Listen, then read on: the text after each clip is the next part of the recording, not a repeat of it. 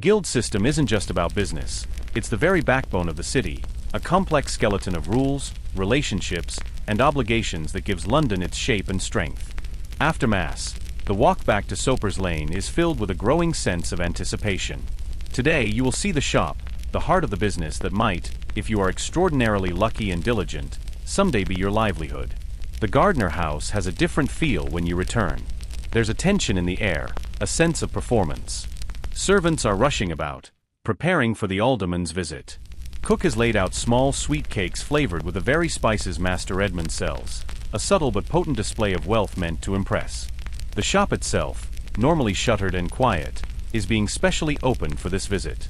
Thomas, comme, calls William. Help me prepare the shop. You follow him through the internal door that connects the household to the business space, and you stop dead in your tracks. The shop takes up the entire ground floor front of the house. Large wooden shutters open onto the street, creating a counter for serving customers. Inside, the walls are lined with shelves holding dozens of ceramic jars of various sizes, each neatly labeled in a clerk's careful hand.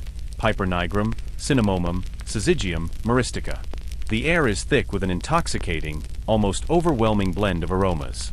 The sharp, clean bite of pepper, the warm, sweet perfume of cinnamon, the pungent, medicinal scent of cloves, the earthy, complex fragrance of nutmeg. It's a scent that speaks of distant lands, dangerous sea voyages, and incredible profit. Close your mood before you catch flea.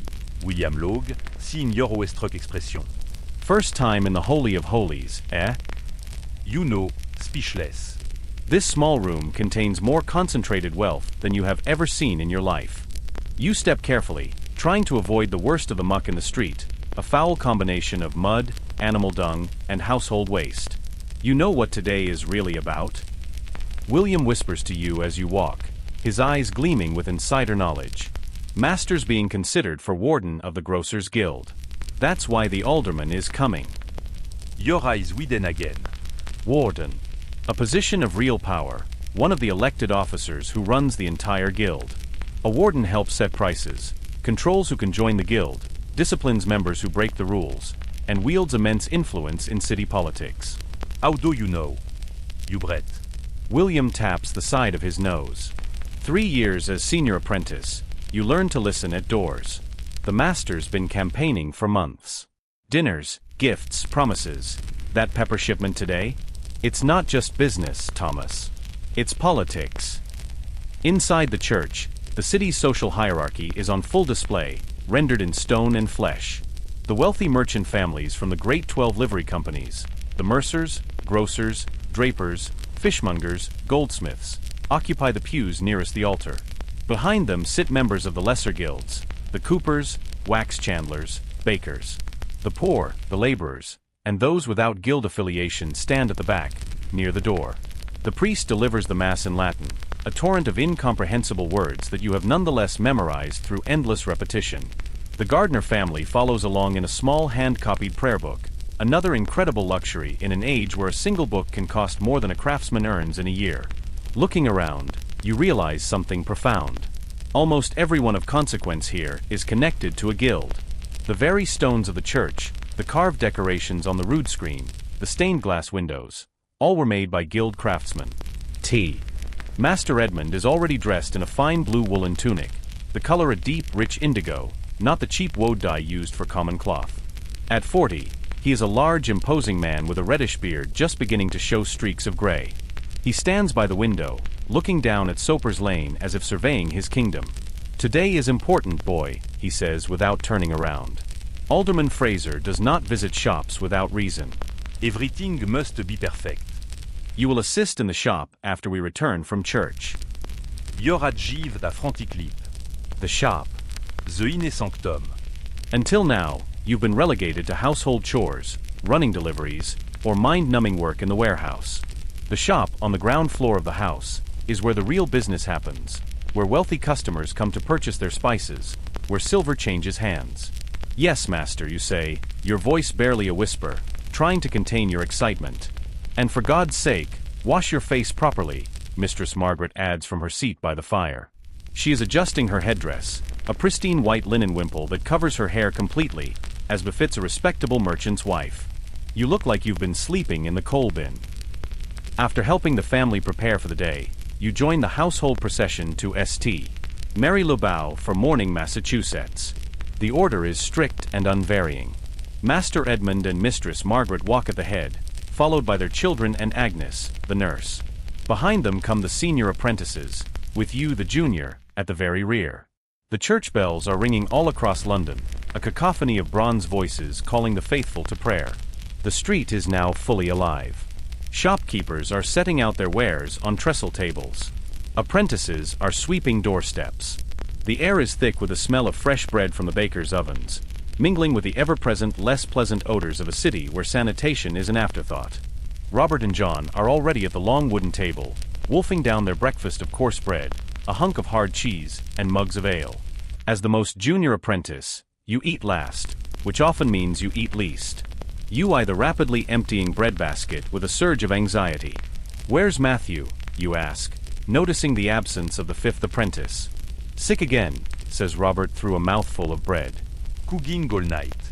Master says he might have to send him home if he doesn't improve. Sent home. The words send a chill through you that has nothing to do with the morning air. Being sent home is the ultimate failure, a public disgrace your family could never bear. It would mean returning to the grinding poverty and bleak future of rural life.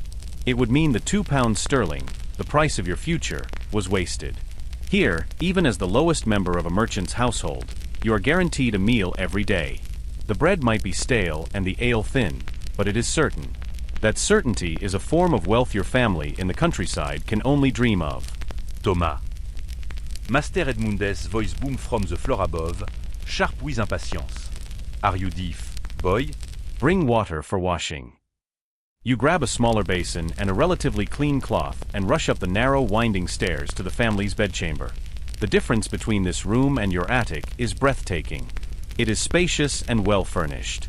A large four-poster bed, filled with actual goose feathers, dominates the space, draped with heavy wool curtains for warmth and privacy. A massive, intricately carved wooden chest stands against one wall, containing the family's expensive clothes. A small table holds a mirror, a small polished piece of steel, but a mirror nonetheless, a luxury worth a fortune, and Margaret's few pieces of jewelry. Struggling with the weight of the full buckets, water sloshing over the rims and soaking your tunic, you make your way back. The city is coming alive now, and the narrow street is getting crowded. A cart piled high with firewood squeezes past, forcing you to press yourself flat against a damp, mossy wall. A Franciscan friar in his simple brown robe shuffles by, his lips moving in silent prayer. Two men in fine fur-trimmed tunics, guildmasters definitely, walk down the center of the street, their heads close together as they discuss business in hushed, serious tones. The brutal, unspoken hierarchy of the city is obvious even to your young eyes. At the top are the merchants like Master Edmund, in clean, well-made clothes, walking with an air of confidence and purpose. Below them are the craftsmen in practical leather aprons and sturdy tunics, moving with the focused energy of men with work to do. Then come the laborers, men with stooped shoulders and powerful muscles, bent under the weight of heavy loads. And finally, existing in the margins, almost invisible to the wealthy, are the truly poor. The crippled beggar huddled in a doorway, his face a mask of sores, the hollow-eyed woman selling a few wilted vegetables from a small basket, the orphan children with bare feet and hungry eyes who dart through the crowds like wary sparrows. They are the city's foundation, and it's forgotten, a constant, silent reminder of what happens when you have no trade, no guild, no protection. Back at the house, the rest of the family is awakening. You can hear Master Edmund's deep, booming voice upstairs, giving instructions to his wife. The excited chatter of Catherine and Henry echoes down the stairwell as their nurse, Agnes, gets them dressed. When you enter the kitchen, William and two other apprentices. A communal well, shared by several houses on the lane, stands in the center of the yard. Unlike your village, where everyone sleeps until the sun is up, the city is already stirring. You see other apprentices on the same errand, their breath pluming in the cold air. Shop owners are unbarring their shutters. Servants are emerging to empty chamber pots into the central gutters that run down the middle of every street, a practice that contributes to London's ever-present, eye-watering stench. "Morning, Thomas," a voice calls.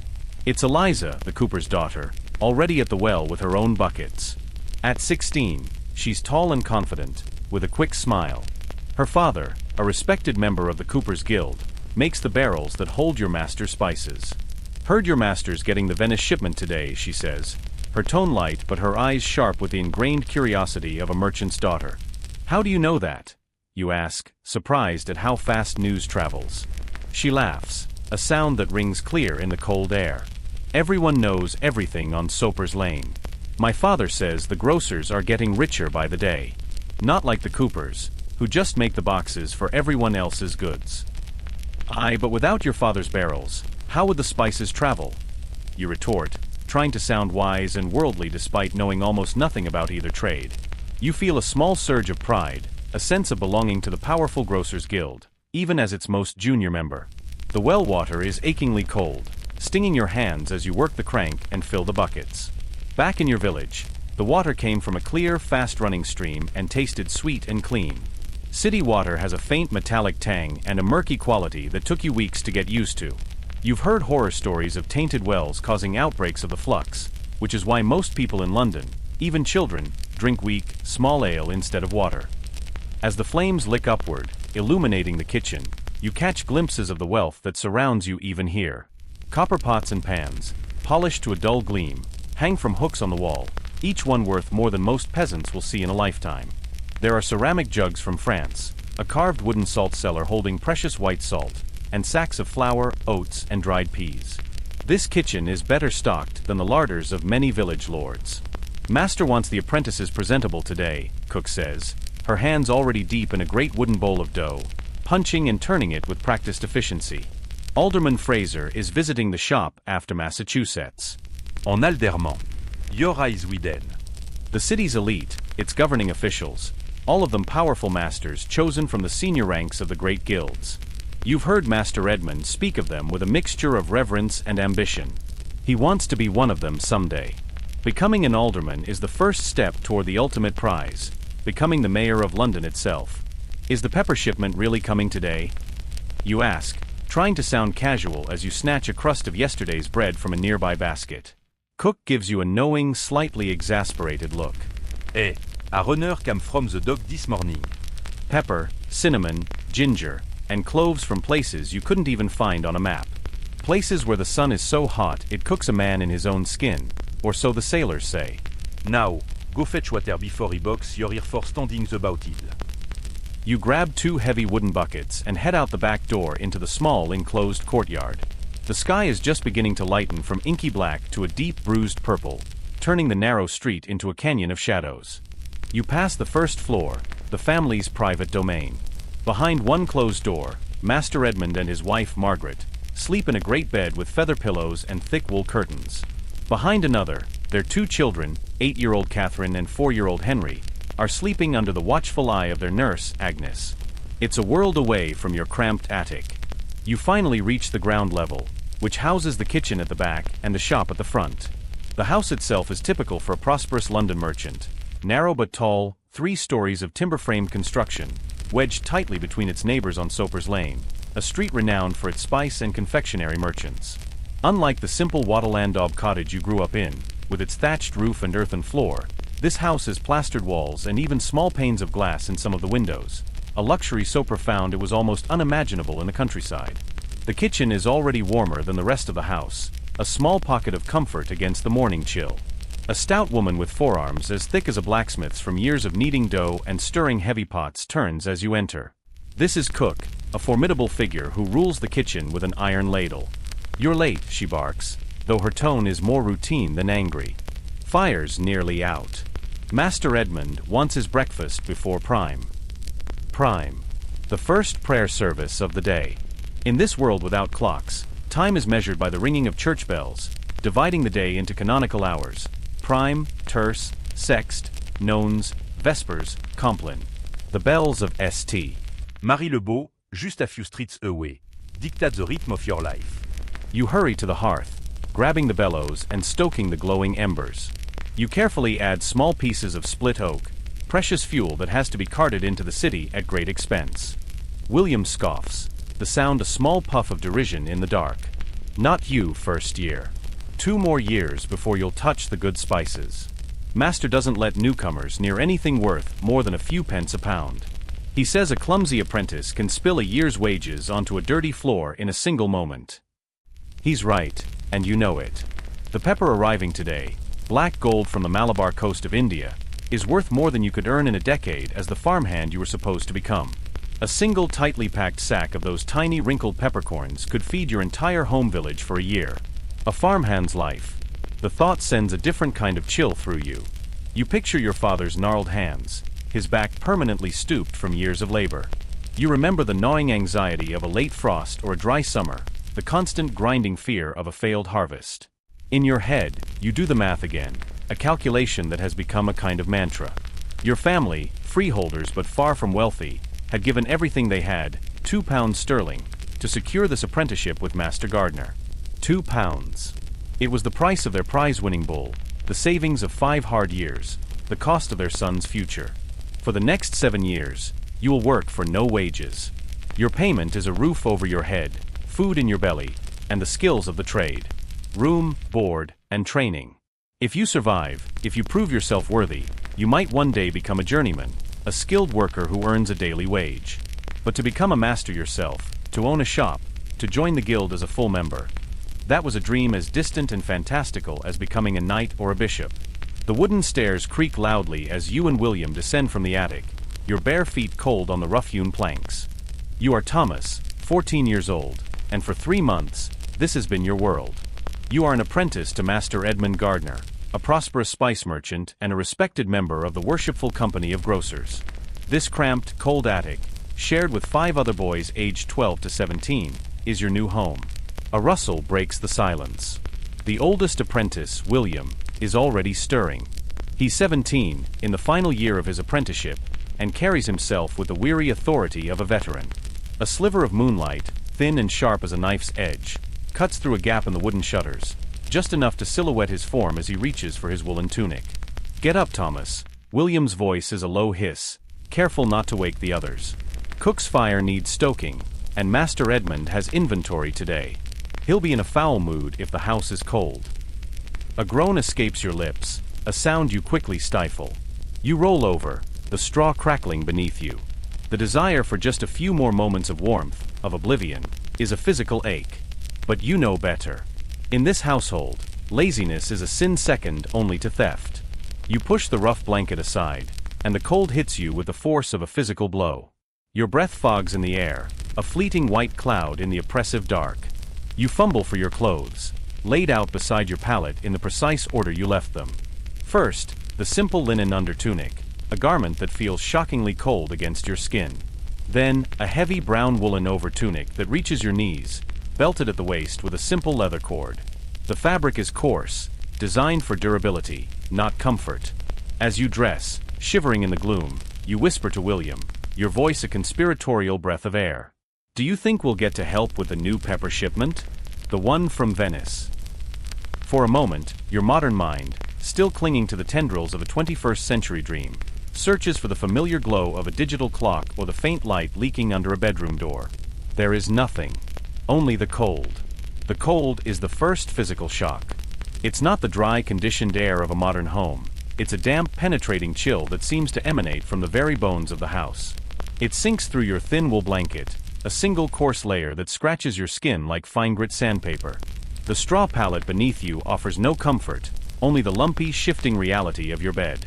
It rustles with every slight movement, a dry, whispering sound that speaks of harvests and fields you have left far behind. Then comes the smell.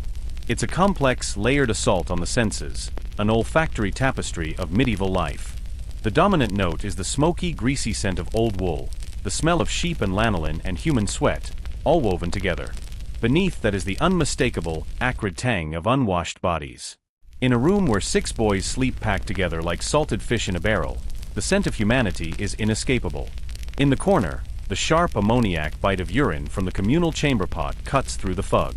It's a smell you've learned to ignore, a constant, low-level reminder of the city's primitive sanitation. But underneath it all, faint and almost magical, is something else. Something exotic and utterly out of place. It's the ghost of a scent, a warm, sweet perfume that clings to the very timbers of this house. Is it cinnamon? Cloves, perhaps? It's the smell of your master's trade, the smell of unimaginable wealth trickling up from the shop below, even into this squalid attic. What if you woke up tomorrow, but tomorrow was yesterday? Not just any yesterday, but a yesterday 680 years in the past. Forget your alarm clock, your smartphone, your morning coffee.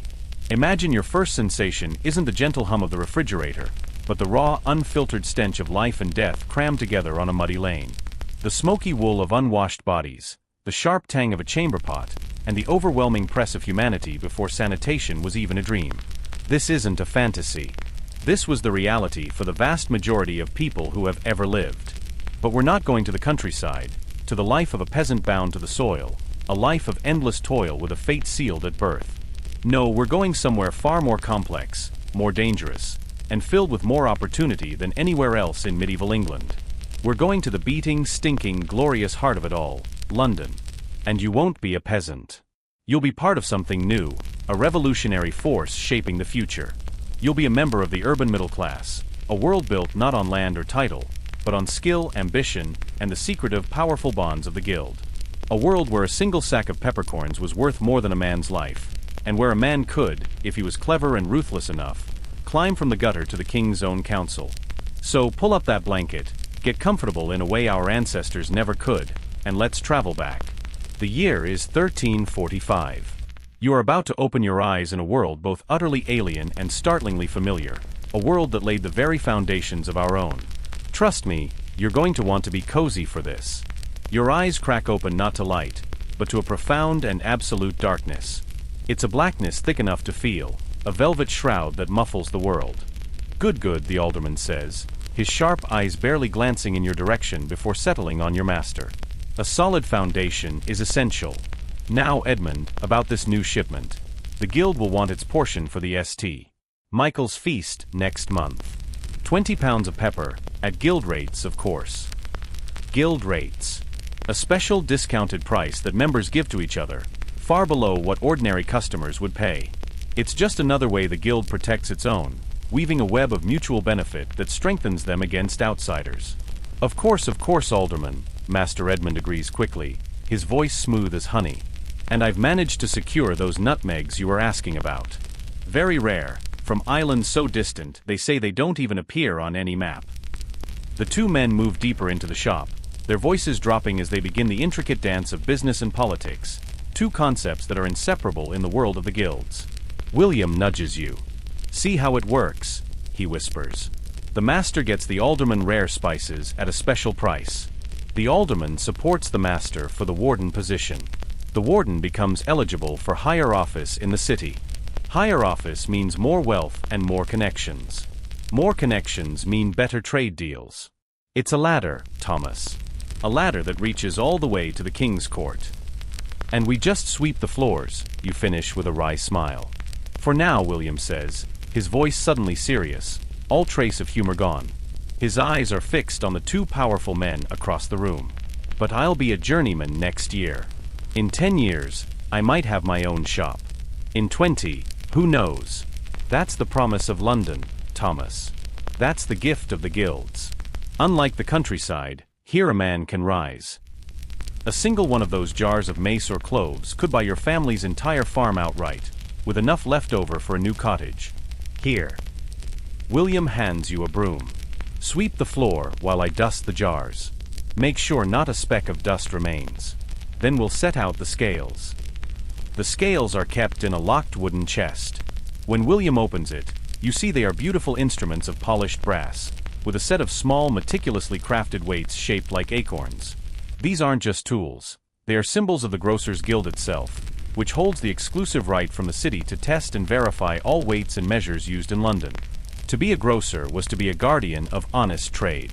Using false weights was a cardinal sin, punishable by heavy fines or even worse, expulsion from the guild and financial ruin. So this is where the master sells everything. You ask, sweeping carefully around the central table where samples are displayed for wealthy customers. William snorts. Hardly. This is the showroom, for small sales to noble households and for showing off to important people like Alderman Fraser. The real business, the big trade, happens at the warehouses down by the docks or at the grocer's hall. Master Edmund deals in barrels and sacks, not spoonfuls. A shadow darkens the doorway. Master Edmund enters, followed by a thin, hawk-faced man in an expensive fur-lined cloak. This must be Alderman Fraser. As you can see, Thomas, Master Edmund says in a loud, clear voice, gesturing toward you with a sweep of his hand, we train our apprentices thoroughly. Even the newest boy learns every aspect of the trade, from the bottom up. You flush with a mixture of pride and embarrassment, suddenly realizing that you are part of the display, living proof that Master Edmund is a good guild member, fulfilling his obligation to train the next generation. As you continue your sweeping, you finally begin to understand. In your village, a peasant's son would always be a peasant, his life's path carved in stone before he could even walk. But here, in the heart of London, within the rigid but porous structure of the guild system, there is a ladder. It's a steep and treacherous climb, with many falling by the wayside, but it is real. Master Edmund himself, so the household stories went, had started as an apprentice just like you. His son Henry would have an easier path, born into the guild with every advantage. But even outsiders like you, sons of farmers with nothing but a fee and a willingness to work, have a chance. A small chance, perhaps, but a chance nonetheless. Later that day, the pepper shipment arrives. 4 large, heavy sacks carried by burly porters from the docks, each sack worth more than the house itself. You are allowed to help unload them into the storeroom, under the strict and watchful supervision of William. The tiny, black, wrinkled peppercorns seem so unremarkable, yet you know that men have sailed across the world, fought pirates, and died of disease just to bring them here. People will pay a fortune for them, a fortune that fuels this entire household, this entire street, and much of this city. As evening approaches and the important visitors leave, the household settles back into its normal rhythm. You are sent to the kitchen again, this time to peel turnips for the family's dinner. Through the small kitchen window, you watch the light fade over London's jumbled, chaotic rooftops. Despite the hard work, the cold, and your lowly position, you feel something you haven't felt since arriving in this overwhelming city. You feel a flicker of hope. In the countryside, tomorrow would be exactly like today, and next year would be the same as this one, governed by the endless, unchanging cycle of the seasons. But here, in this guild household, tomorrow might bring new knowledge, new connections, a new run. With the day's calculation and strategy. Unlike his apprentices, who sleep packed like salted fish in the freezing attic, he wakes in the profound comfort of a feather bed, enveloped in layers of linen sheets and heavy woolen blankets. Beside him, his wife Margaret stirs, her breath forming small, fleeting clouds in the cold morning air. Today's the day, Edmund says, more to himself than to her. He speaks the words like an incantation, a summoning of will. Fraser will back me for warden, if I handle this properly. Margaret's eyes remain closed, but she is awake. After 16 years of marriage, Edmund knows her rhythms as well as he knows the tides of the Thames. Don't push too hard, Edmund, she murmurs, her voice thick with sleep but sharp with her usual caution. The Mercer faction already thinks you're too ambitious. They whisper about you at the exchange. Edmund snorts, a sound of pure dismissal, as he swings his legs over the side of the bed. The wooden floorboards are brutally cold against his bare feet, a shock that helps to sharpen his thoughts. Ambitious? God's bones, woman, what merchant worth his salt isn't ambitious? Ambition is the engine of London. Without it, we would still be a muddy backwater trading in nothing but wool and tin. There is ambition, and there is wisdom, Margaret replies, finally opening her eyes. They are clear and intelligent, missing nothing. Remembé John de Durham. All that coin and royal favor, and then he gets caught robbing his own neighbor like a common thief. Edmund waves away her concerns as he reaches for his linen undershirt. Durham was careless. He was arrogant. I am careful. The king pardoned him, Margaret continues, sitting up and pulling a shawl around her shoulders. 200 pounds stolen from a strongbox, and not a single day in Newgate prison. Tell me that's not a system worth being cautious about. It shows the power of the guilds, but also their corruption. That's exactly my point, Edmund says, his voice rising with conviction as he pulls on his best blue tunic, the one dyed with true indigo, a mark of status that cost him dearly but speaks volumes to his peers. The guilds protect their own. Durham is a mercer, and the mercer's guild has the king's ear. We grocers need more influence like that. We need men on the city council, men with connections at court. We need to be the ones the king turns to for pardons and charters, not the ones who stand by watching. He moves to the small basin of water that the new apprentice, Thomas, had brought up earlier. It's ice cold, of course. Hot water is a luxury reserved for the weekly bath, if that, not for daily washing. He splashes his face, the shock helping to clear the last vestiges of sleep. He is not a young man anymore. The gray in his beard is more prominent each month, and he feels the damp London winters deeper in his bones. He knows his window of opportunity for reaching the highest echelons of power is not infinite. From below comes the familiar symphony of his prosperous household awakening. The clatter of cook in the kitchen, the low murmur of the apprentices, the high, clear voices of his children.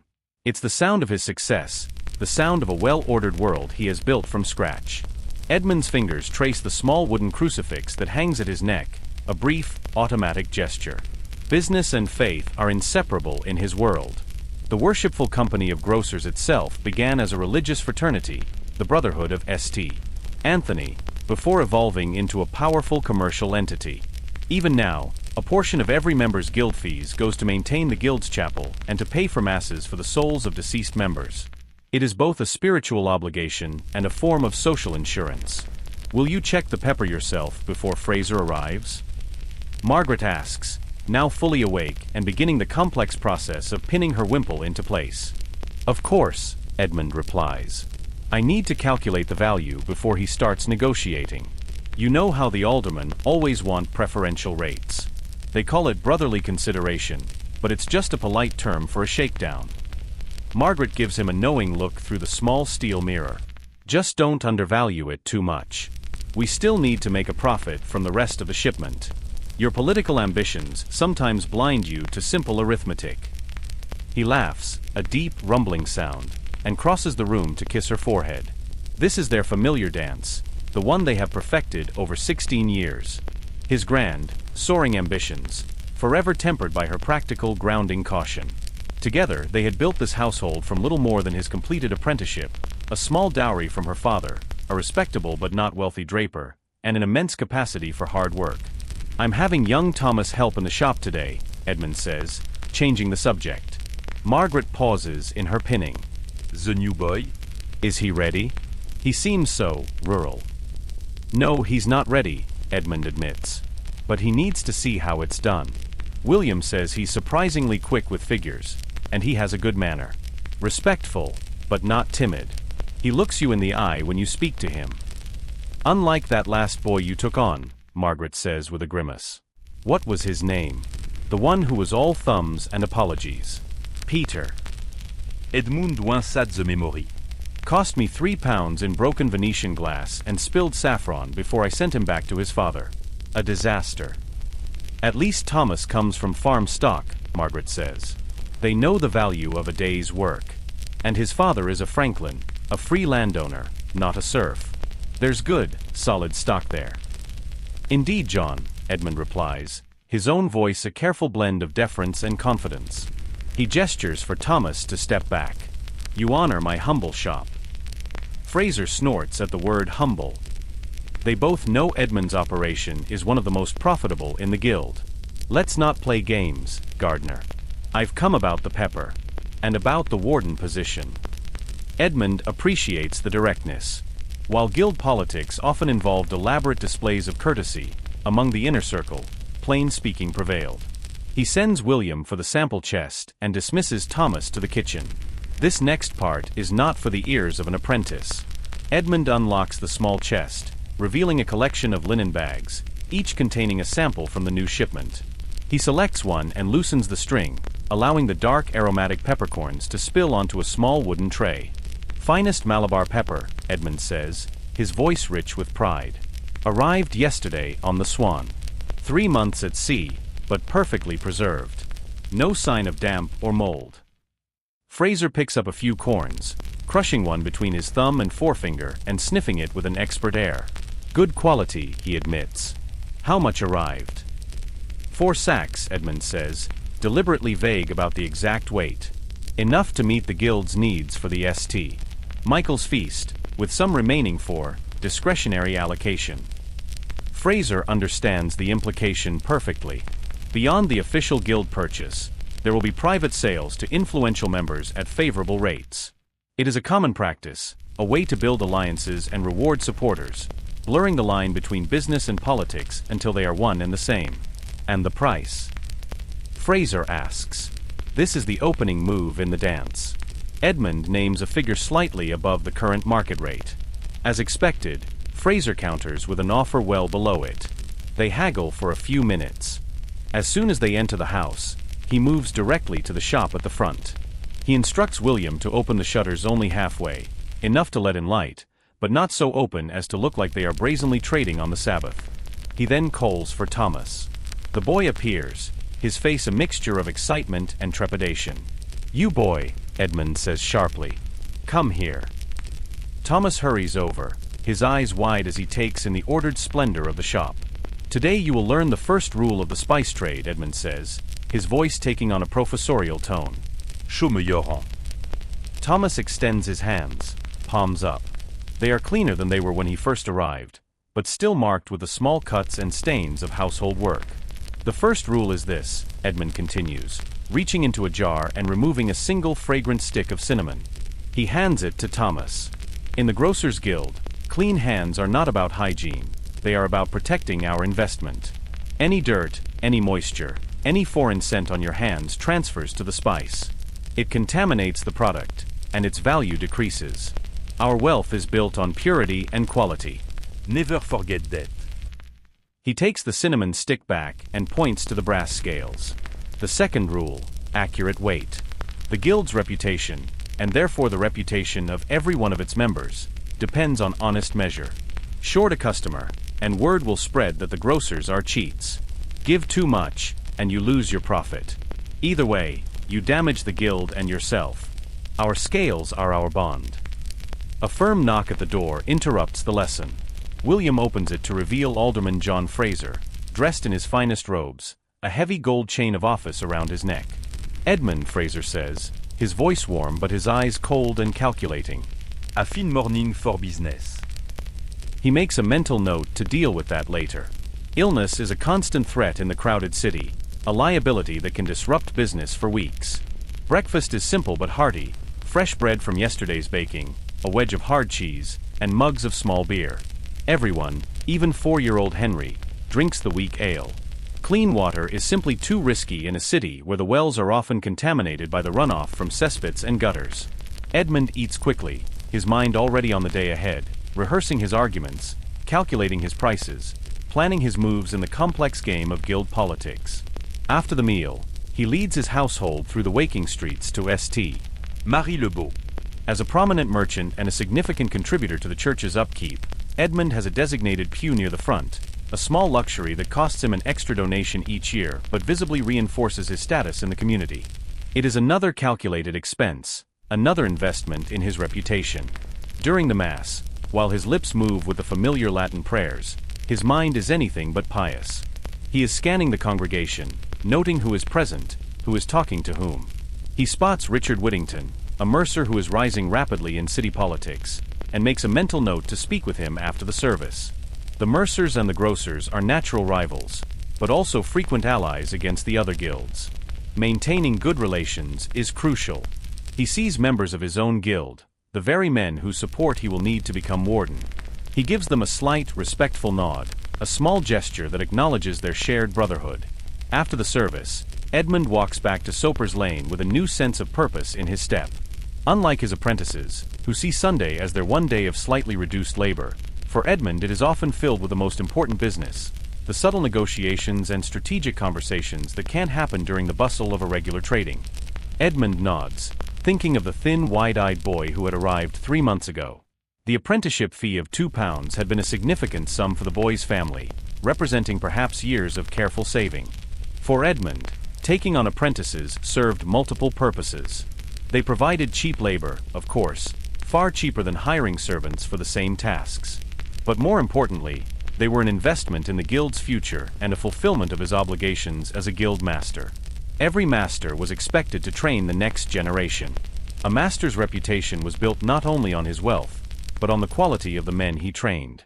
Occasionally, like with William, an apprentice showed real promise, the potential to become not just a journeyman, but a master himself, thereby enhancing his former master's prestige. Speaking of costs, Edmund says, buckling his ornate leather belt, we need to discuss the feast for the guild brothers next month. If I am to be nominated for warden, we should host it here. Margaret sighs, a small weary sound. Another feast, Edmund? We just paid for new shutters on the shop, and Catherine needs new shoes that aren't hand-me-downs. This is how the world works, my dear, Edmund insists, his tone brooking no argument. You want Catherine to marry well, don't you?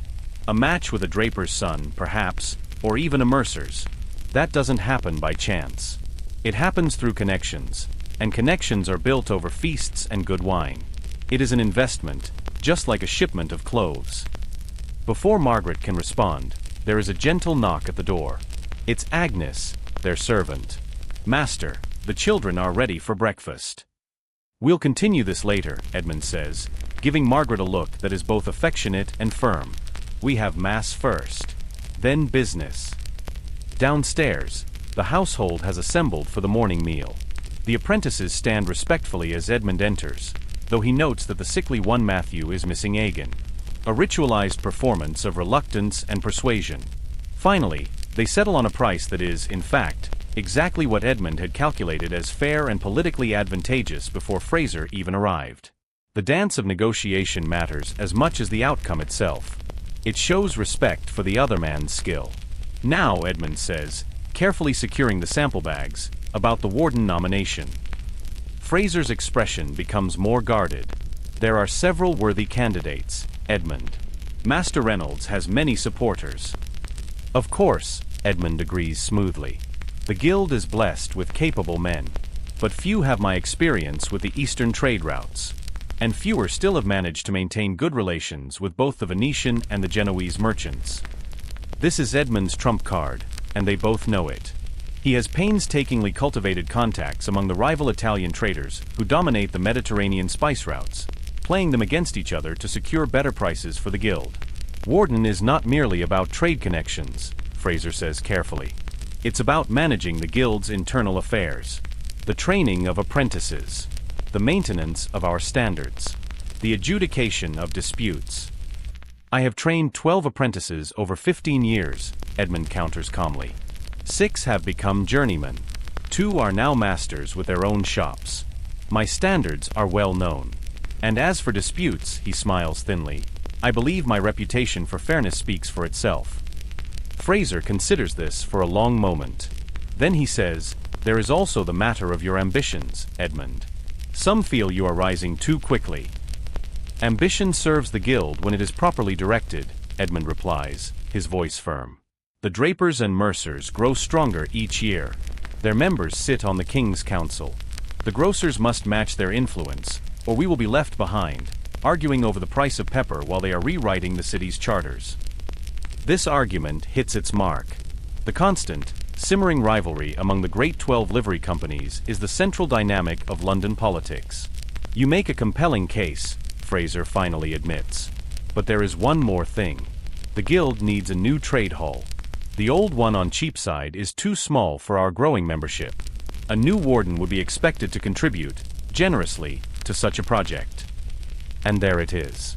The final, true price of advancement. Not just the pepper at a favorable rate, but a substantial public donation to the guild's building fund. Edmund had anticipated this. I would be honored to support such a worthy cause, he says carefully. I was thinking a contribution of £20 would be appropriate. Fraser's eyebrows rise slightly.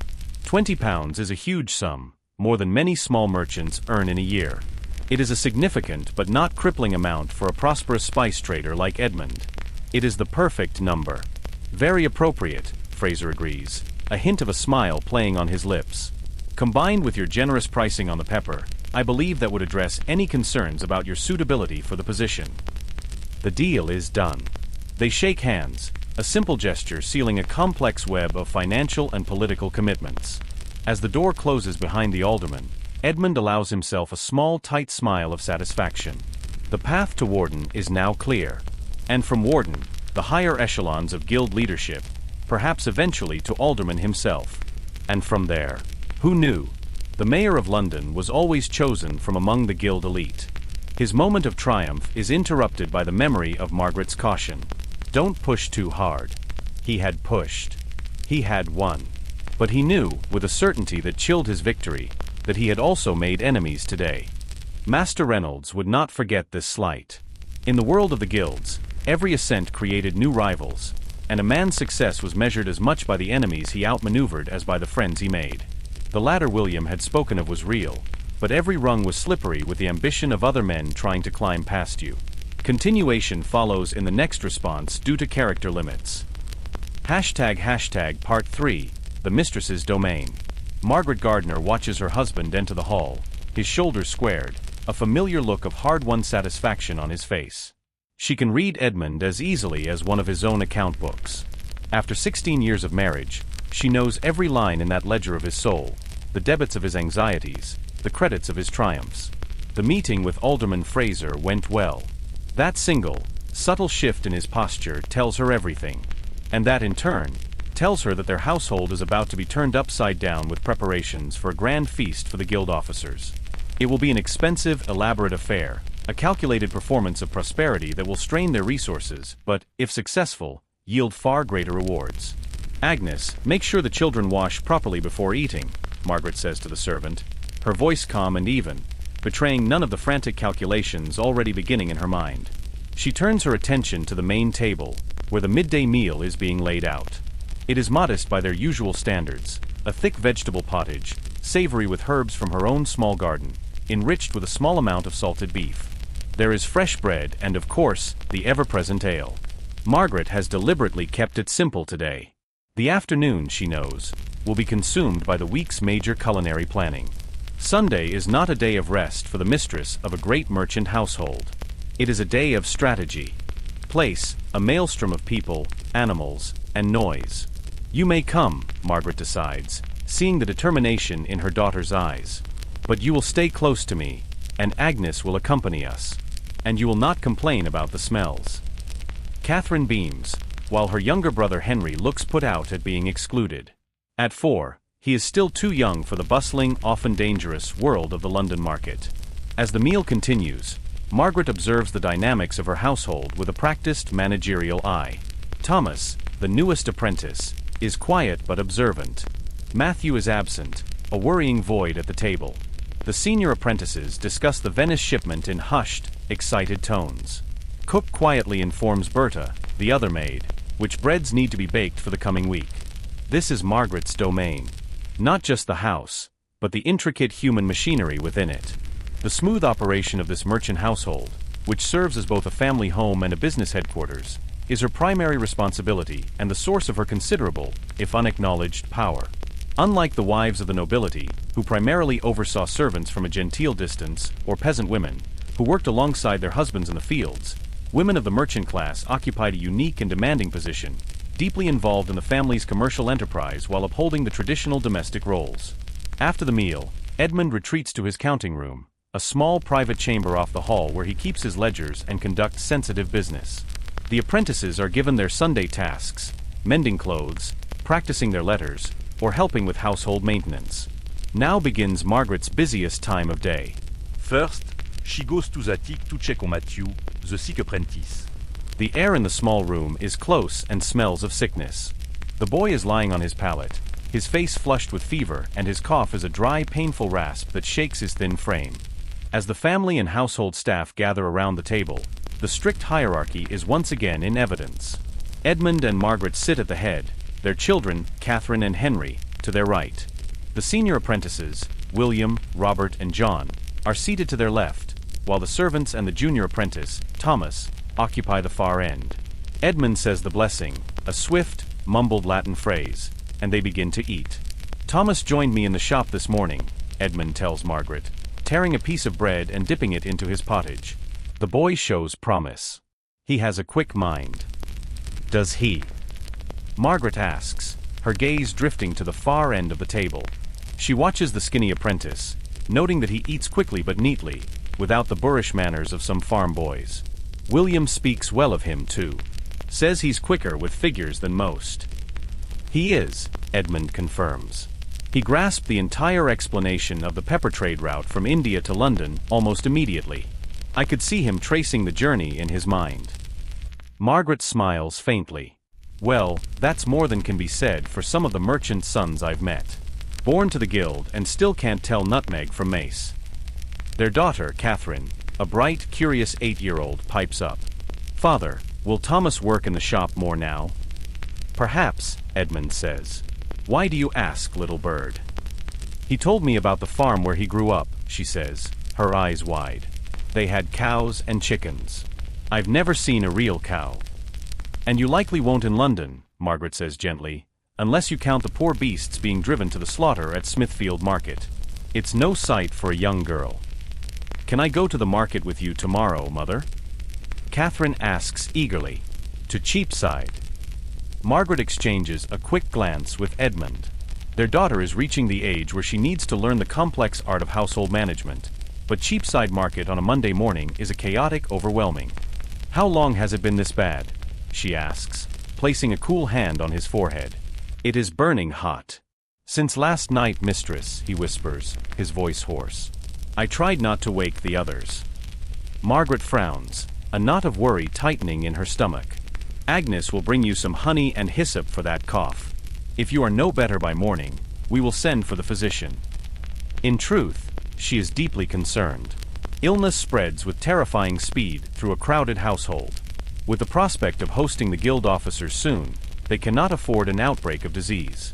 But the boy also represents a significant investment, his apprenticeship fee and 3 years of room and board. A master's reputation was judged partly by how well he cared for his apprentices. Neglect would reflect poorly on Edmund, especially now. Next, Margaret goes to the kitchen, where Cook is already preparing a massive trough of bread dough for the next day's baking. We need to discuss the coming week, Margaret says, sitting at the small wooden table in the corner. From a pouch at her belt, she pulls a small notebook made of parchment and a piece of charcoal. This was another of Edmund's innovations, an Italian habit of writing things down that she had adopted with enthusiasm. Cook wipes her flour-dusted hands on her apron. What's the master planning now? Another one of his political dinners. A guild officer's feast, Margaret confirms. Likely within the fortnight. 20 men, at least. Cook groans dramatically. Not another one. My back still aches from the Michaelmas feast last month. This one is different, Margaret explains, her voice low and serious. Edmund is being nominated for warden. This feast could secure the position. It has to be perfect. Perfect means more work for the rest of us, Cook grumbles, but there is a note of pride in her voice. The entire household staff took a vicarious pleasure in their master's rise. His status increased their own in the complex social. Together, they begin to plan. A feast of this magnitude requires the logistical precision of a military campaign. Certain foods, like game birds or large fish, must be ordered days in advance. Precious spices must be carefully measured out from Edmund's store. Extra help, turnspit boys, serving girls, will need to be hired for the day itself. We will need at least 3 different fish dishes, Margaret says, tapping her charcoal stick on the parchment. It's important to show that we observe the proper fasting days with piety, but also that we can afford the best fish even then. Pike, if we can get it from the river vendors. Eel certainly, baked in a pie. And for the meats, a roast capon, a venison pasty, and something spectacular. A swan. Cook asks, her eyes gleaming at the challenge. Redressed in its feathers after roasting? Exactly, Margaret agrees. Alderman Fraser is particularly fond of swan. And for the sweets, those little spiced cakes they praised so highly last time. With plenty of cinnamon and ginger. We will use saffron in the sauce for the capon. Let's not be subtle. This feast is an advertisement for the Grocers Guild itself. This is where Margaret's role intersects directly with Edmund's business. By displaying their access to rare and exotic spices in their food, they demonstrate the success of his trade. A merchant's table is never just about feeding people. It is a statement of wealth, connection, and expertise. With the kitchen plan settled, Margaret moves to the small garden behind the house. In the cramped, sun-starved conditions of the city, every square inch of growing space is precious. Margaret maintains a small but meticulously tended plot of essential herbs, rosemary, sage, thyme, parsley, and her most prized possession, a small patch of saffron crocuses, whose tiny red stigmas were worth more than their weight in gold. I know, she says, her voice steady. Et elle start moving the valuable tout ce cellar. Just in case. This is their prearranged fire plan, developed and rehearsed after seeing a neighbor's house burn to the ground years ago. The stone-lined cellar is the safest place in the house. Together, they begin the frantic work. Margaret gathers Edmund's precious account books, the small chest containing their coins and her few pieces of jewelry, and the silver cup that was a wedding gift from her father. Thomas, his face pale but his hands steady, helps her carry them down the steep cellar steps. "I'll check the roof for falling embers," Edmund says, already moving toward the stairs. Thomas, comme Wismeux. For the next hour, the Gardner household operates in a state of controlled panic. Thomas, showing no fear of heights, proves useful as he joins Edmund on the steep pitched roof, armed with a wet blanket to smother any stray sparks. Downstairs, Margaret directs Agnes and Berta in filling every available pot and bucket with water, creating a small arsenal against the encroaching threat. She keeps the children occupied, telling them it is just a drill, no need to frighten them unnecessarily. From the upper windows, Margaret can see the column of ugly black smoke rising several streets away. It seems to be growing, a monstrous black flower blooming against the gray sky. She offers a silent, desperate prayer. Finally, after what feels like an eternity, William returns, his face smudged with soot, his tunic soaked. He leans against the doorframe, exhausted but relieved. "It's contained," he reports, panting. 3 houses burned to the ground, but they pulled down a 4th to create a firebreak. The bucket line held. And the wind shifted just in time. Margaret closes her eyes and offers another prayer, this one of profound thanks. London has seen entire districts destroyed by fire in the past. This time they, and the city, had been lucky. As she is pinching off dead leaves from a sage plant, she hears a commotion from the street beyond the garden wall, raised voices, the sound of running feet. Curious, she moves to the heavy wooden garden gate and peers through a crack into the narrow alley that runs behind the row of houses. A woman is hurrying past, her face a mask of worry. It's Eliza Cooper, the wife of the barrel maker. "Eliza, what's happening?" Margaret calls out. Eliza stops, recognizing her. "Fire," she says, breathless. "On Fish Street. They're calling for all able-bodied men to form a bucket line." Fire. The word sends a bolt of pure, cold terror through Margaret. Nothing, not plague nor riot, terrifies Londoners more than fire. The city is a tinderbox of closely packed wooden houses, and a blaze that starts in one building can, with a gust of wind, consume an entire street, an entire ward, in a matter of hours. How bad is it? Margaret asks, her mind already racing. "Just starting when my John left to help," Eliza says. "But the wind is from the west." She doesn't need to finish the sentence. Soper's Lane is east of Fish Street. A westerly wind would blow the flames directly toward them. "I'll send our apprentices," Margaret says decisively, "and check our water barrels." Fire preparation is another of Margaret's critical responsibilities. Every London household is required by city ordinance to maintain barrels of water specifically for fighting fires. It is a communal defense system, a fragile barrier of cooperation against utter devastation. Hurrying back inside, she finds that the household is already in motion. News of the fire has spread with the speed of gossip. Edmund is in the hall, already mobilizing the senior apprentices. "William, Robert, John, go to Fish Street. Help with the bucket line," he orders. "Thomas, you stay here. Help prepare our own defenses." As the older boys rush out into the street, Edmund turns to Margaret, his face grim. It's 4 streets away, but with this. With the crisis averted, the household slowly returns to its Sunday routine, though an undercurrent of tension remains. Margaret uses the quiet afternoon hours to work on the household accounts, a task she shares with Edmund. While he manages the complex ledgers of the business, she keeps meticulous track of every penny spent on running the household. Sitting at the small table in the solar, the private family room above the hall, Margaret opens her account book. Last week's entries reveal the complex economics of their life. Payments for firewood, candles, a bolt of linen for new bed sheets, new shoes for Henry, wages for the 3 servants, and the obligatory charitable donation to the parish poor fund. She reviews each item, calculating their current financial position. The upcoming feast will be a major expense, perhaps as much as £5 in total. But if it secures the warden position for Edmund, the investment will be worthwhile.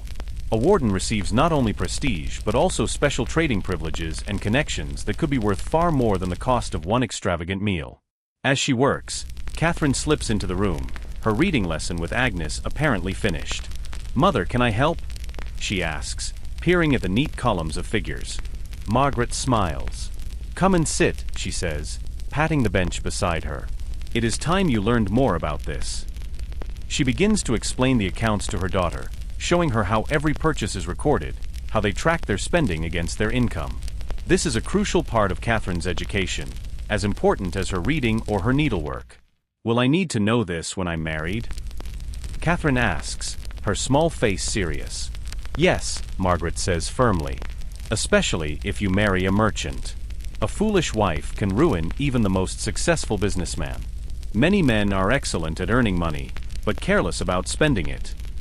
Like father with his feasts." Catherine asks with startling innocence. "Soaked in wine and vinegar since yesterday, with a pinch of mace, just as you instructed." Margaret nods, making a small mark on her list. "And the spice mixtures for each dish." Cook gestures to a row of small earthenware pots, each containing a different, carefully measured blend of Edmund's precious spices, prepared according to your own specifications. Enough ginger to warm the blood, but not so much as to overpower the venison. This feast is the culmination of weeks of planning and a significant financial investment. 20 of London's most influential grocers will attend, along with select, high-ranking members of allied guilds, mercers, drapers, goldsmiths. Each dish must be a masterpiece, a testament not only to the family's wealth but also to Edmund's expertise in his trade. The quality and rarity of the seasonings will speak directly to his qualifications for leadership. Upstairs, Edmund paces his chamber, a caged lion in his finest clothes. He wears a deep blue woolen tunic so fine it feels like silk, with intricate embroidery at the collar and cuffs, a garment imported from Italy at ruinous expense. Around his neck hangs the heavy silver chain that marks him as a full freeman of his guild. Tonight, he hopes to earn the right to add the warden's insignia to it. "William," he calls, his voice tight with nervous energy. "Are the apprentices ready?" William, himself dressed in a new tunic provided by Edmund for the occasion, appears at the door. Yes, master. All except Matthew. Edmundes expression d'Arkens adds the mention of the sick apprentice. In the 2 weeks since he fell ill, the boy has neither improved nor worsened. He lingers in a state of fevered weakness, unable to work but still consuming the household's resources. The physician's regular visits are another drain on their finances. "Keep him comfortable," Edmund says gruffly, "and make sure someone stays with him tonight." Margaret stifles a laugh. The child missed nothing. "Your father's feasts are business investments, not mere extravagance," she corrects gently. "But yes, sometimes I must remind him to balance his ambition with prudence." This is the reality of merchant-class marriages. They were economic partnerships as much as familial ones. When Edmund traveled to Flanders or France to arrange spice shipments, Margaret would oversee not just the household, but many aspects of the business as well. She could check inventories, supervise the apprentices, and even conduct basic transactions with regular customers. She was not his equal in the eyes of the law or the guild, but in the practical reality of their lives, she was his partner. A partner whose quiet, relentless management was as essential to the family's success as Edmund's boldest trade deal. 2 weeks after Alderman Fraser's visit, a frantic, controlled energy thrums through the Gardner household. Tonight is the night. The guild feast that will, if all goes according to plan, secure Edmund's nomination as warden of the Worshipful Company of Grocers. The event itself will be held in the Grocers' Hall near Cheapside, but tradition dictates that the prospective warden provides the food and drink, a public demonstration of his prosperity and generosity. The kitchen is a battlefield of culinary creation. Cook, her face flushed from the heat of the roaring fire, barks orders like a military commander. "More saffron in that sauce. The color is too pale. Where is the pastry for the spiced pears?" 2 temporary kitchen helpers, women hired specifically for the occasion, scurry about, their movements a blur of nervous energy. Margaret, calm amidst the chaos, stands at the center of it all, a parchment list in her hand, overseeing every detail. "The eels are properly cleaned?" she asks, inspecting a large platter of glistening fish. "Yes, mistress," Cook replies, not breaking her rhythm as she bastes a row of capons. "I will not have the house burned down from a dropped candle while we are all at the hall." "Thomas has volunteered to stay," William says. Edmund raises an eyebrow. The newest apprentice? He should be at the feast, observing, learning how these things work. He and Matthew have become friends, Master, William explains. And Thomas said, he said that such grand affairs made him uncomfortable, that he would rather be of use here. Edmund considers this. The boy continues to surprise him. This shows loyalty, a quality more valuable than blind ambition. Very well, he decides. But have him study the spice inventory while he sits with Matthew. There is no reason he cannot be productive. Downstairs, Margaret is directing the final loading of the food into large covered baskets for transport to the guild hall. She too is dressed for the occasion, in a deep green wool gown with a silk belt and a gold-trimmed headdress. She moves with an air of unflappable competence, a general commanding her troops before a major battle. Is everything ready? Edmund asks, joining her in the hall. Nearly, she says, checking off the final items on her list. The swan is giving us some trouble. Cook says the neck keeps breaking when they try to redress it in its feathers after roasting. The swan. Edmund frowns. I don't recall approving a swan for the menu. The cost is exorbitant. Margaret gives him a look that is both patient and pointed. Alderman Fraser happened to mention to Goodwife Fletcher last week that swan is his favorite dish. Goodwife Fletcher happened to mention it to me at the market. I made adjustments. Edmund nods, suppressing a smile. This is why their partnership works. He sees the grand strategy.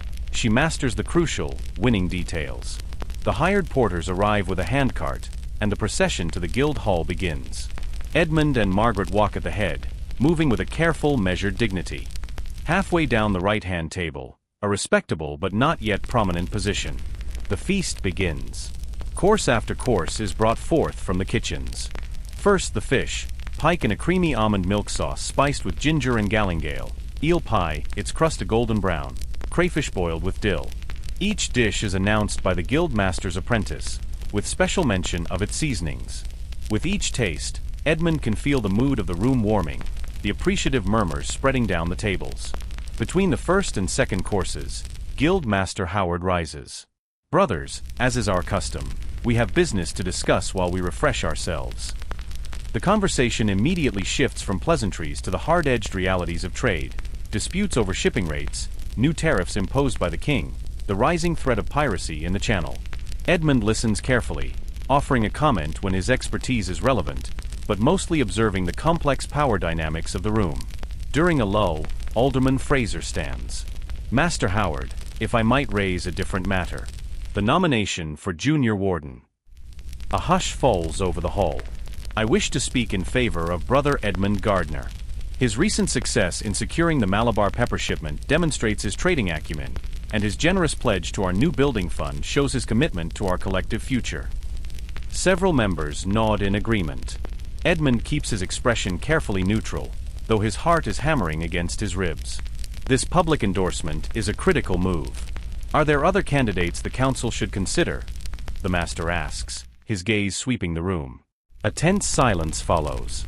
Edmund's eyes lock on Master Reynolds, his main rival, a man whose ambition is matched only by his jealousy. Reynolds looks as if he is about to speak, to raise an objection. But at that precise moment, orchestrated by Margaret who has been watching from the kitchens, the doors burst open and, behind them, the apprentices and servants maneuver the precious cargo through London's uneven, crowded streets. The early evening light casts long shadows, and the air is filled with the sounds of a city winding down its day. The cries of vendors selling their last wares, the laughter from tavern doorways, the distant ringing of church bells. The grocer's hall is an imposing stone building, a fortress of commerce that stands in stark contrast to the wooden houses surrounding it. The guild's emblem, a stylized camel laden with goods, is carved in stone above the massive oak doors. Inside, the great hall is a cavern of flickering torchlight and bustling activity. Long trestle tables are arranged in a U-shape, with a raised high table at the head for the guild master and the most senior members. The walls are hung with magnificent tapestries depicting fantastical scenes from the east.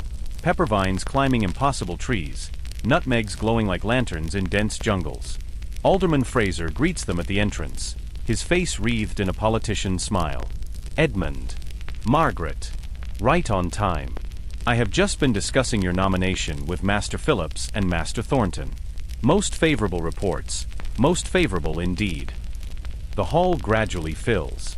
The men, all members of London's commercial elite, greet each other with the easy familiarity of long association, their conversations a low hum of business and city politics. The women cluster in separate groups, their bright gowns a splash of color against the dark wood of the hall, their talk a more subtle but no less serious exchange of household news and competitive social maneuvering. At precisely 7:00 the clock, the guildmaster, Howard de la Pole, a stern gray-bearded man who has led the company for a decade, enters and takes his place at the center of the high table. The other members arrange themselves according to a rigid, unspoken hierarchy of rank and seniority. Edmund and Margaret find their places about. They turn onto Soper's Lane, where the Gardner house and its neighbors stand dark and silent. The light shows honest folk we're about, and it shows the thieves were not afraid. Peter nods, raising his horn-paneled lantern. The light throws long dancing shadows that turn the familiar street into a place of unsettling mystery. The timber-framed houses seem to lean in toward each other, their upper stories almost touching, whispering secrets in the night. This here is a good street, John says, gesturing with his chin toward the Gardner residence. Spice Merchant, mostly. Grocers Guild. They pay their dues, and they pay extra for us to check their doors and shutters through the night. Extra. Peter asks, his curiosity piqued. Of course, lad, John says with a wry chuckle. The city pays our base wage, a pittance really. But it's the private arrangements that make this job worth doing. 5 shillings a quarter from each of these households for special attention. Master Gardner d'air et paye 6. Ever since his nomination for warden, he's been particular about security. This is the unwritten law of medieval London's night security, a patchwork system where the official city watch is propped up by private enterprise. Those with wealth buy themselves a greater share of safety.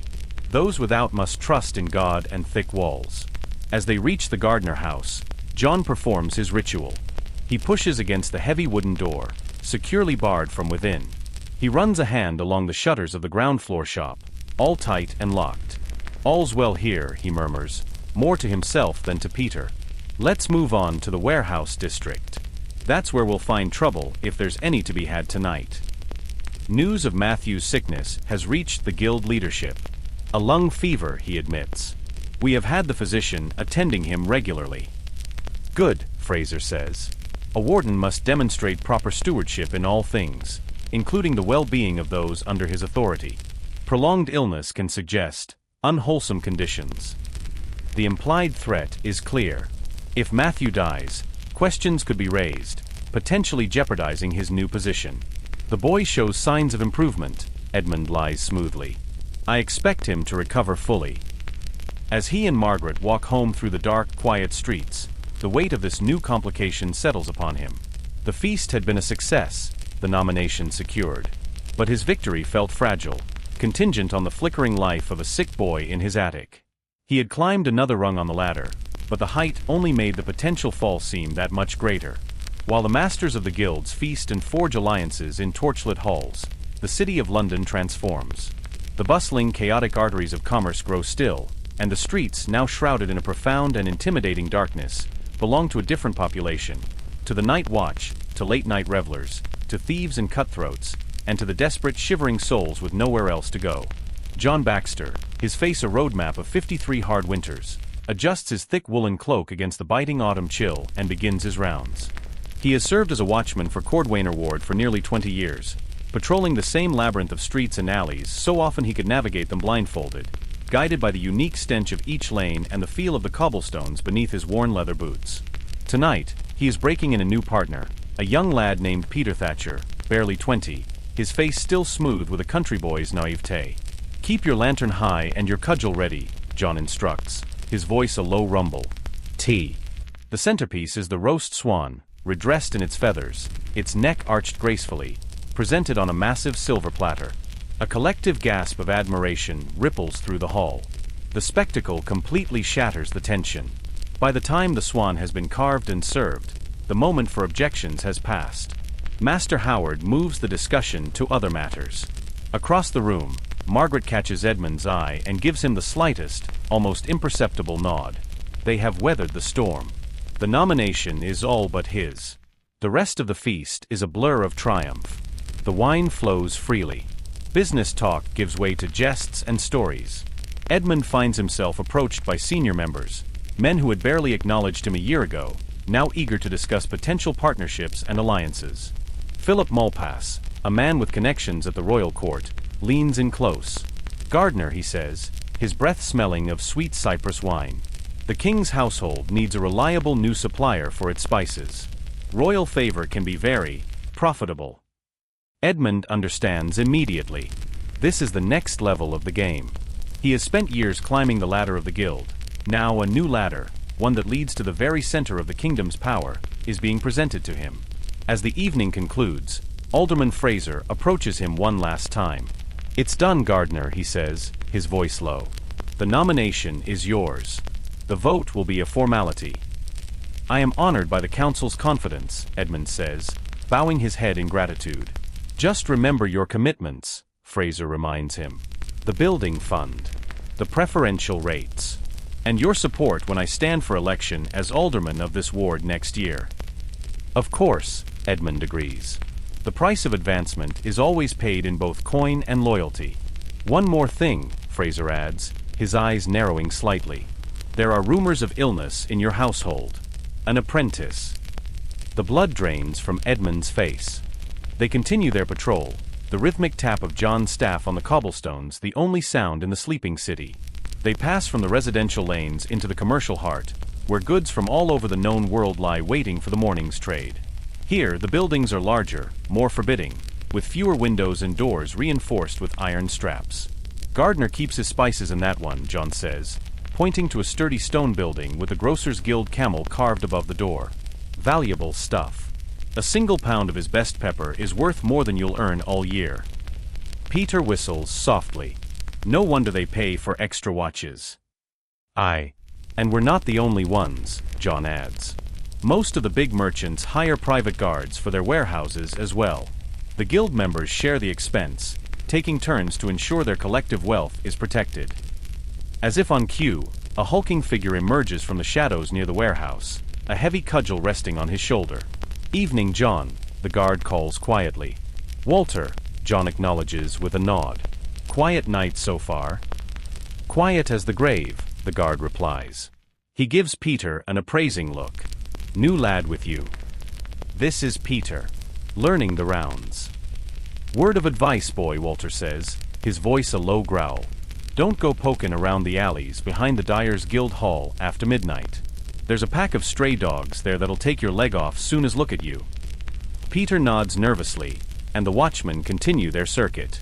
The relationship between the official city watch and the private guild guards is one of practiced cooperation. They share information, watch each other's backs, and recognize their common purpose in protecting the wealth that is the city's lifeblood. As they turn down a particularly dark and narrow alley, John suddenly stops, raising a hand for silence. Peter freezes, his heart pounding in his chest. Ahead, barely visible in the gloom, several figures are huddled around. But to answer your question, probably not entirely. There are always goods arriving that haven't paid the full customs duties, and special arrangements made with foreign merchants that bend the king's laws. It's the grease that keeps the city's wheels turning. Shouldn't we report it? John Logue, a short, bitter sound. To whom? The city sheriffs are guild members themselves. The mayor is elected from the aldermen. London's governance and its commerce are two sides of the same coin. We are paid to prevent dangerous crime, lad, robbery, murder, arson. The quiet, respectable crimes of powerful men are not our concern. Their patrol continues through the maze of streets, a world of shadows and shifting loyalties. As they approach the River Thames, the character of the night changes. This is a rougher, more desperate London. Here, taverns stay open all night, spilling light and raucous noise into the streets, catering to the foreign sailors whose ships are tied up at the wharves. "Stay alert here," John warns. "This is where the Flemish, the Italians, the Spanish gather. They keep different hours and have different ways of settling disputes." As they pass one particularly rowdy establishment, a brawl spills out into the street. Two men are grappling in the mud, while a circle of their comrades cheers them on, placing bets on the outcome. John sighs, the weary sigh of a man who has seen this 1,000 times before. He marches forward, his substantial frame and official lantern causing the crowd to part reluctantly. "Break it up," he commands, his voice a whip crack of authority. He grabs one fighter by the collar and yanks him backward. As Peter attempts to restrain the other man, he receives a sharp elbow to the stomach for his trouble. John's reaction is immediate and brutal. His heavy wooden cudgel swings in a short, efficient arc connecting with the aggressive sailor's knee with a sickening thud. The man drops howling in pain and cursing in what sounds like potsherd. Around the back entrance of a large cloth warehouse.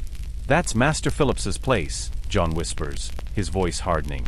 "And no one should be there at this hour." He reaches beneath his cloak for the horn that hangs from his belt. A single long blast would summon other watchmen and wake the neighborhood. But before he can raise it to his lips, one of the figures by the door straightens up and calls out, his voice sharp and authoritative, "Hold, watchman." It is Alderman Fraser. John hesitates, then lowers the horn as the man steps forward into the feeble pool of lantern light. Indeed, it is John Fraser, the same alderman who had endorsed Edmund Gardner at the feast just hours before. With him are two other men whom John recognizes as prominent members of the Drapers' Guild. "Alderman," John says, his tone respectful but his eyes wary. "An unusual hour for business." Fraser offers a thin, unconvincing smile. "A special shipment, watchman. Venetian silk that arrived late on the evening tide. Too valuable to leave on the docks overnight, so we are securing it here until morning." He gestures vaguely toward a small, covered cart nearby. John nods slowly, his expression unreadable. Even for valuable goods, a middle-of-the-night transfer is highly irregular and usually arranged in advance with the watch captain. "Of course, Alderman. Would you like us to provide an escort to ensure your safety?" "Unnecessary," Fraser says quickly, a little too quickly. "We have nearly finished. You would be better served continuing your regular patrol." John hesitates for only a moment before nodding again.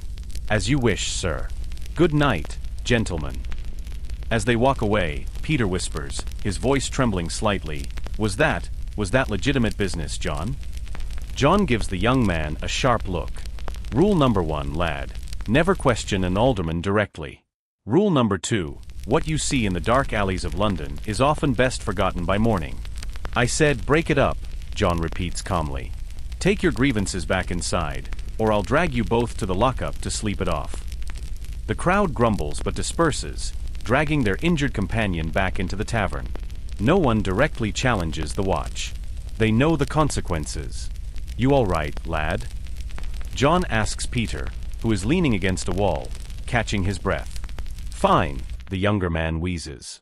"He just surprised me." "Lesson 1 of the night watch," John says grimly.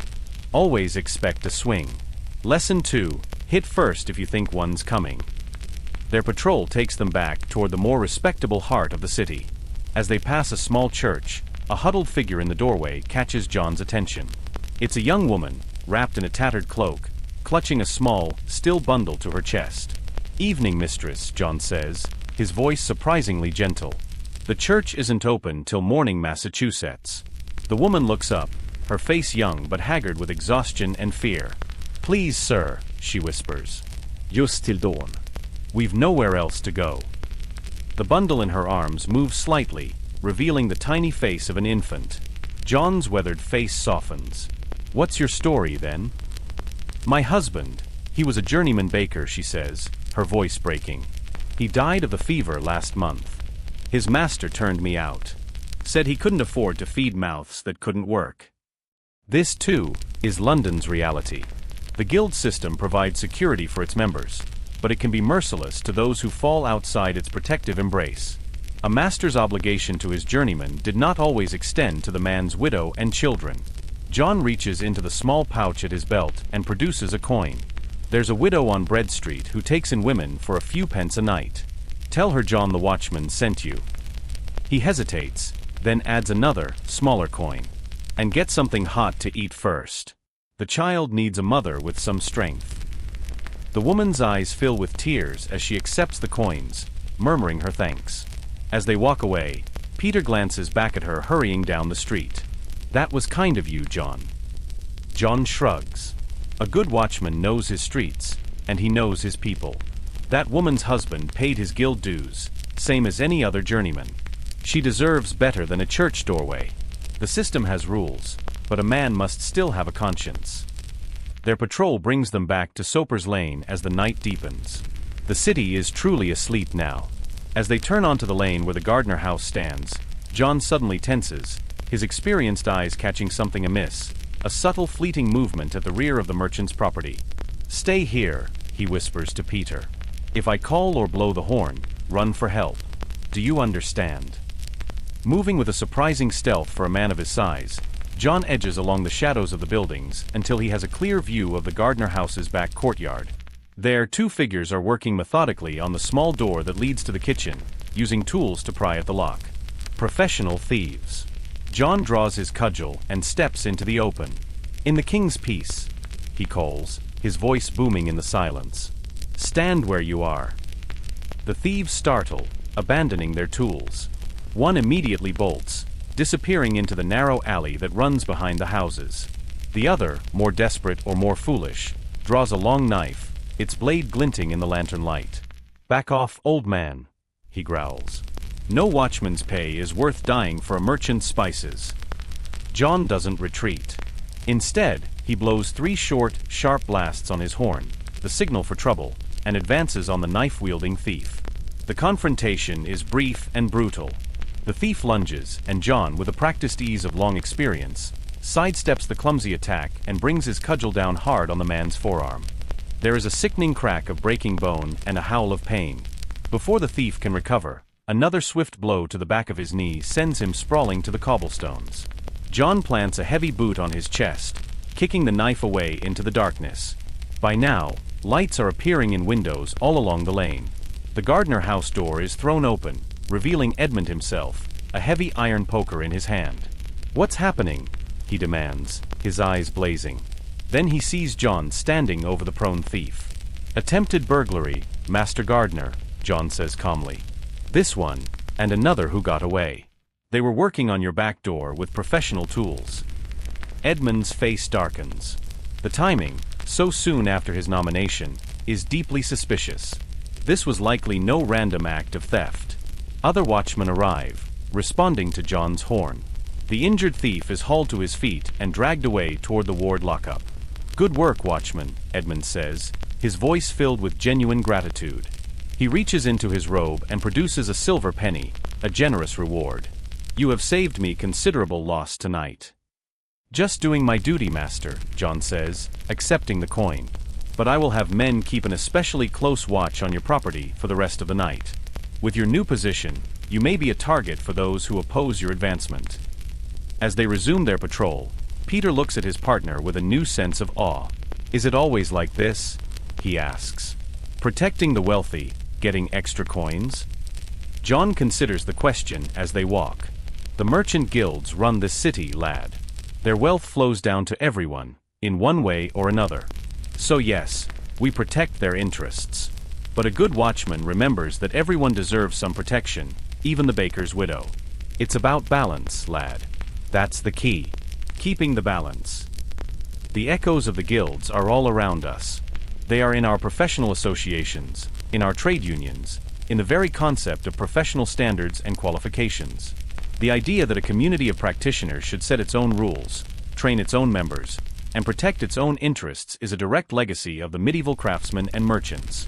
When you see a skyscraper, remember the masons' guilds that first learned to organize vast construction projects. When you deposit money in a bank, remember the goldsmiths' guilds that pioneered the concepts of credit and finance. When you rely on a professional for their expertise, you are trusting in a system of training and certification that has its roots in the relationship between a master like Edmund Gardner and an apprentice like Thomas.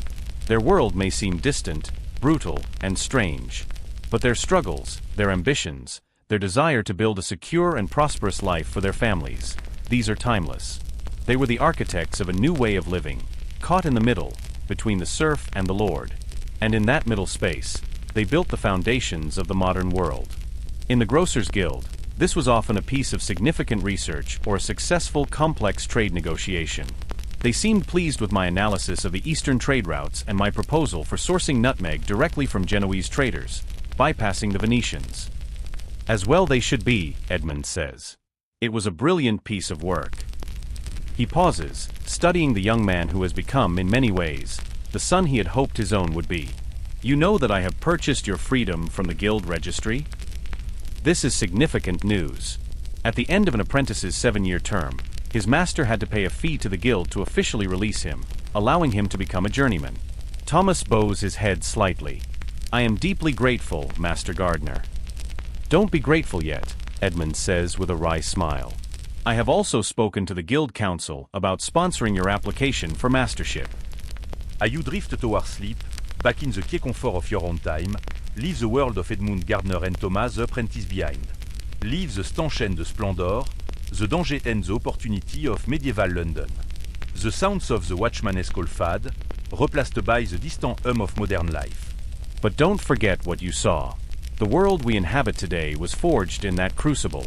The very idea of a middle class, of a life built on skill and merit rather than inherited title, was a radical revolutionary concept born in the narrow, crowded streets of cities like London. The guild system, with its rigid rules and secret handshakes, its fierce protection of its members and its ruthless exclusion of outsiders, was the engine of that revolution. It wasn't a perfect system. It was often corrupt, monopolistic, and deeply conservative. But it offered something that the feudal world did not: a path. A ladder. A chance for an ordinary person, through 7 years of grueling apprenticeship and a lifetime of hard work, to build an extraordinary life. A knock at the door interrupts his thoughts. Enter, he calls. Thomas steps into the room. He is no longer the skinny, wide-eyed farm boy of 14. At 24, he is a confident, well-spoken young man, dressed in the good quality wool of a senior apprentice in the final year of his term. He carries himself with a quiet assurance born of a decade of hard work and proven competence. The ship from Venice has docked, Master, Thomas reports. The captain sent word that our pepper shipment is complete, but the cinnamon is short by 3 sacks. The Mamluk Sultan in Alexandria has raised his tariffs again. Edmund No, affliqué of annoyance, crossing his face. The politics of the East were a constant source of frustration and expense. Have you checked the quality of what did arrive?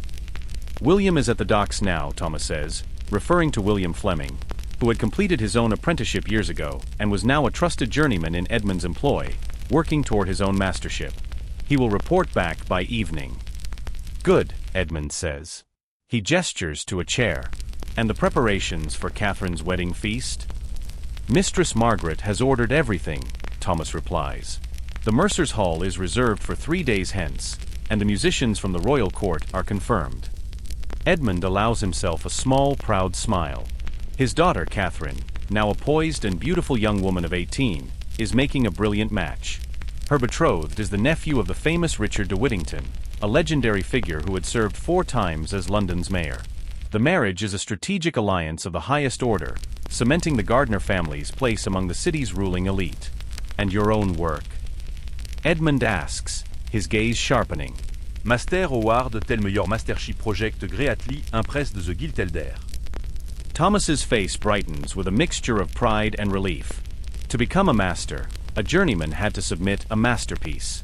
The distant call of 3 of the clock, and all is well, echoes from another ward. John takes a deep breath of the cold night air. In the great house behind them, the Gardner family sleeps, secure in the knowledge that a complex web of official and unofficial protection surrounds them. The city is dark, but it is not lawless. It is a world of shadows and shifting loyalties, where the power of the guilds extends even into the dead of night, maintained by men like John Baxter, who walk the line between order and chaos, keeping the balance. 10 years. In the life of a peasant, it is a decade of unchanging seasons, of sowing and reaping, of hope and hardship. In the life of a London merchant, it is an eternity of opportunity, a relentless climb up the ladder of wealth and influence. The city itself has changed. New buildings have risen, old ones have burned. The Black Death has swept through Europe, a terrifying rumor from the continent that has not yet reached England's shores but has already begun to disrupt the delicate web of international trade. Edmund Gardner, now in his 50th year, stands at the glazed window of his counting room. This is no longer the modest house on Soper's Lane. 8 years ago, shortly after his installation as junior warden, he moved his family to a grand, 3-story stone and timber house on Milk Street, in the heart of London's most prosperous ward. The room around him is a testament to his ascent. The walls are paneled with dark oak imported from the Baltic. A massive desk of polished walnut dominates the space. On the wall hangs his greatest pride, a portrait, painted by a Flemish artist, showing him in the full regalia of the master of the Worshipful Company of Grocers. His journey from junior warden to senior warden took the expected 3 years. He now serves his second year as master, the highest position within the guild's hierarchy, a man of immense power and influence in the city of London.